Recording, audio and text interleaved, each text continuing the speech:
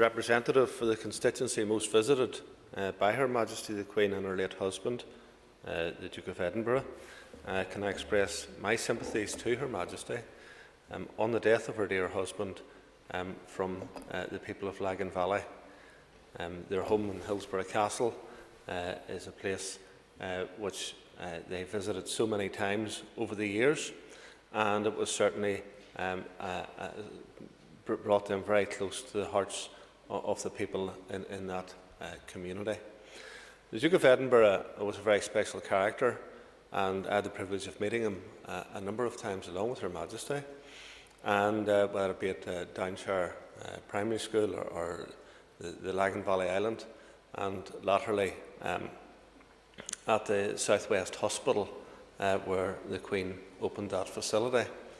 And he was known for his toughness and his resilience, and the royal family had many ups and downs over the years, and they've been well documented.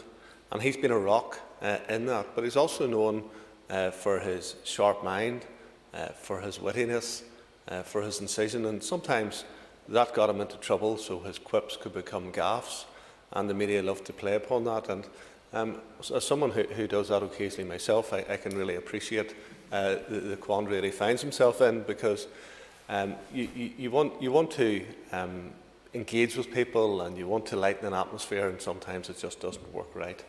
And the Duke, on his visit to the South West Hospital, he remarked to me that he thought he had come to open a hospital, but instead he had come to open a hotel, given the quality of the building. And that was just him. He liked to make a witty remark, and he liked to lighten the atmosphere.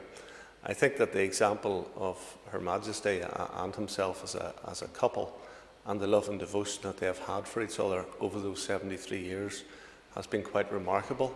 It's an example to us all.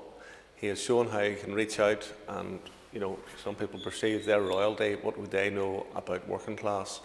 His example, where he reached out through the Duke of Edinburgh Award Scheme, which was really aimed at helping young people find a path in life, find a path out of those difficult circumstances that many of them had found themselves in, is something that will last long, long beyond his passing.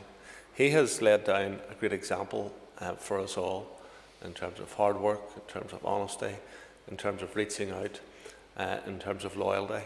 And I think that we all do well to reflect upon that. I think one thing that we can't let go today is the effort that Her Majesty and the Duke of Edinburgh made in terms of reconciliation. Their visit to Ireland in 2012, and subsequently the President's visit to Windsor Castle in 2014, it was something which was of huge significance.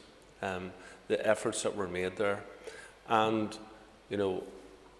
he didn't allow the death of his uncle, the cruel death of his uncle, not to reach out the hand of friendship. And there is a lot for all of us to learn from that. And if there's anything that this House can do well to reflect upon, it is how he and Her Majesty sought to heal wounds. And over the course of the last couple of weeks, we have seen how things can go wrong in this country.